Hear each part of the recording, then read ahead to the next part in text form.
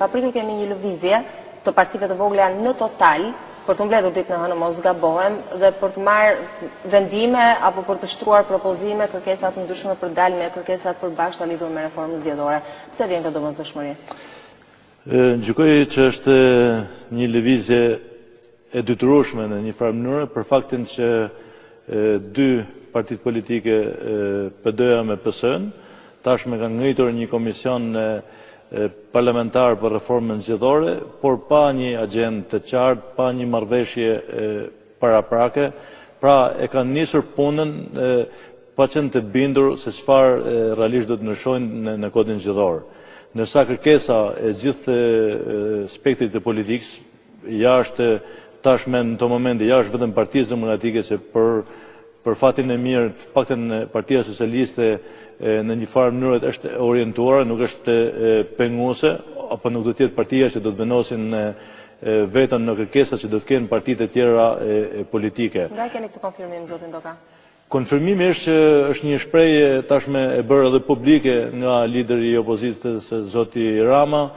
Kemi nga kontaktet që kemi pasur edhe me përfaqësuesit e Partisë Socialiste dhe antarët e komisionit tashmë për reformën zgjedhore, në takimet zyrtare që kemi pasur si aleate të opozitës bashkuar, në një kohë që nga ana e kampit tjetër, mazhoritar, pra nuk ka asnjë tërëz të partive politike, nuk ka një qëndrim zyrtar, asnjëri prej aleatëve të Partisë Demokratike nuk ka të qartë se çfarë Partia Demokratike ka në mendjen e saj që të riparojnë në kodin zgjedhor, dhe në këtë prizëm është domosdoshmëri, kontakti, grupimi i gjitha këtyre partive politike, në fundit për të qenë një zë i bashkuar, i njësuar në kërkesat tona për ndryshimin e kodit zgjedhor. Jeni korrekt me deklarimet dhe me zhvillimet, në fakt ka qenë Partia Socialiste ajo që ka deklaruar se nuk kushtëzojmë reformën zgjedhore me ndryshimin e sistemit aktual zgjedhor, dhe ka qenë Partia Demokratike ajo që gjithashtu ka deklaruar se presim propozimet e opozitës dhe jemi dakord të miratojmë ato. Partia Socialiste është shprehur qartësi, pra nuk futet me kushte në një reformë zgjedhore, besoj që është një prononcim i drejtë nga ana e Partisë Socialiste, ashtu si janë shprehur qartësi që nuk duhet përdorim veten për të penguar propozimet e partive të tjera politike për ndryshimin e kodit zgjedhor. Janë shprehur pro ndryshimeve kushtetuese, janë shprehur pro ndryshimit të sistemit të zgjedhor, të cilat pa diskutim të do të pasojnë me një debat publik, transparent, të hapur për gjithë faktorin politik shqiptar. Pra ato nuk janë bllokues. Në një kohë që Partia Demokratike thjesht është shprehur në mënyrë demagogjike, por asnjëherë pa një tërëz. Ka qenë ofertë zyrtare, zotin Doka, nuk është mënyrë demagogjike. Jo, asnjëherë nuk kemi një ofertë zyrtare, janë ato deklarimet që zoti Berisha bën herë në një fshat apo në një rrugë tjetër apo në mbledhjet e grupit parlamentar, pra janë thjesht ajo pjesa e hartimeve që zoti Berisha përdor, por jo një tërëz, një vendimarrje e mazhorancës zyrtare apo një draft i shkruar nga Partia Demokratike. Sa ndjeni jeni ju, zotin Doka, personalisht për negociatat që ka patur Partia Demokratike dhe Partinë Socialiste që mbritën deri në këtë marrëveshje dhe në ngritjen e këtij komisioni?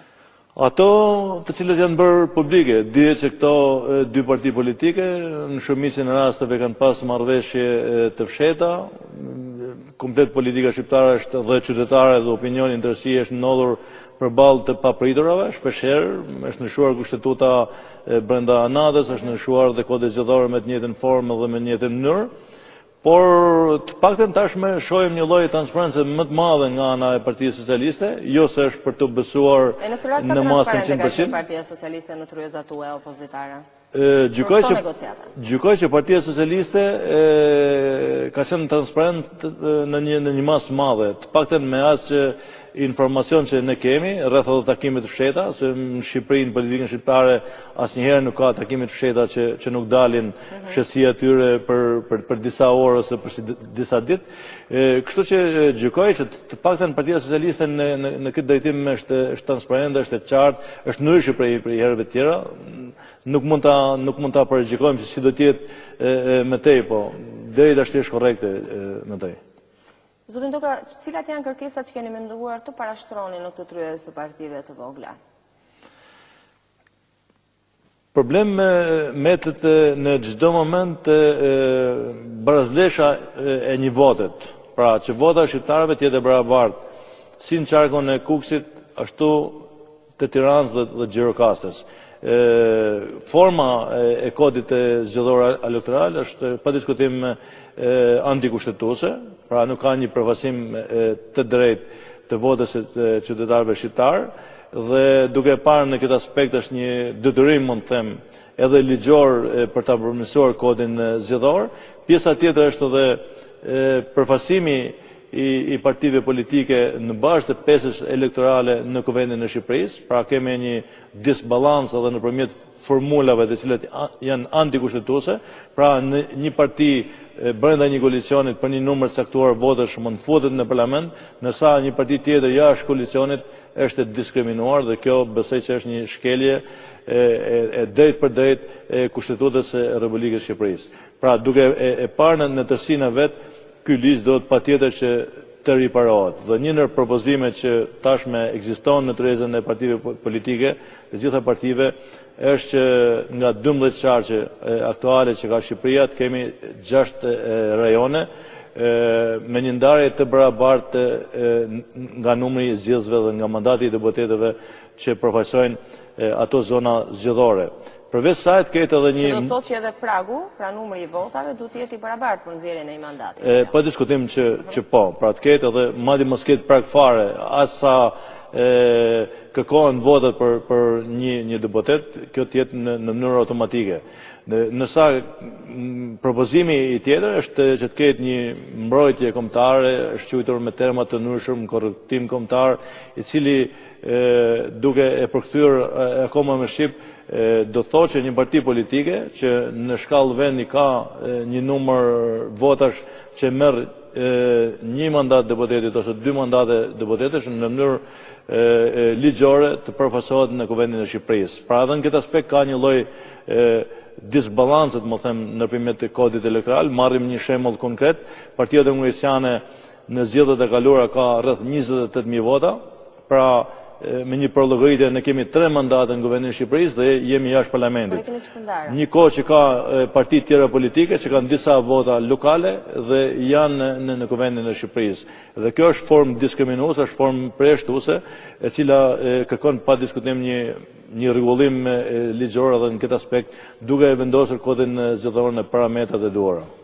Zotin Toka, ka një ide të hedhur ose më saktë një premtim i cili asnjëherë nuk është publikuar, por që është përfolur, se në koalicionin e së majtës, ku ju bëni pjesë, mundet që listat e ardhshme të kandidatëve të jenë jo thjesht listë e kandidatëve të Partisë Socialiste, por të jetë një listë e përbashkët koalicioni. Edhe kjo do të dojë ndryshim, sigurisht, në kodin zgjedhor. Ekziston si ide dhe sa dakord do të ishit? Jo, kjo nuk është një ide, apo s'është një ide fikse, është në variantet që koalicionet mund përdorin në zgjedhjet parlamentare. Do të ketë skema të ndryshme, gjykoj më interesante si kjo.